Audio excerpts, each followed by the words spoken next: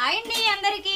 ఇదిగోండి నేనైతే వరి గడ్డిలో పుట్టుకొక్క తయారు చేస్తారు కదా, అదైతే నేనైతే కూర చేస్తున్నానండి. వరి గడ్డిలో తయారు చేసే ఇథనాల్ వేసి తయారు చేసే పుట్టకాకండి ఇది. ఇదిగోండి ఇదైతే నేను కూర చేస్తున్నాను. ఇప్పుడు ఆయిల్ వేస్తాను. ఆయిల్లో ఇగో జీలకర్ర వేసుకున్నాను, ఉల్లిపాయలు, పచ్చిమిరపకాయలు, అల్లము, తెల్లుల్లి పేస్ట్, తర్వాత కరివేపాకు అండి, కారం, పసుపు తాలింపులో వేస్తాను. సాల్ట్ కూడా కొంచెం, అంటే పుట్టకాకు ఉడికే దగ్గర అయిపోతుంది కదా, సాల్ట్ కూడా కొంచెం వేసుకున్నానండి.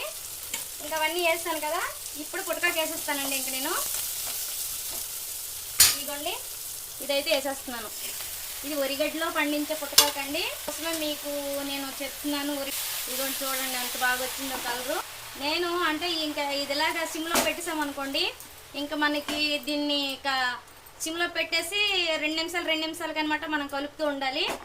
పుట్టకాకు కూర రెడీ అండి. 10 నిమిషాల్లో సిమ్లో ఇలా పెట్టేసి ఇగోండి ఇలా మూత పెట్టేసానండి. 10 నిమిషాల్లో కూర రెడీ అండి.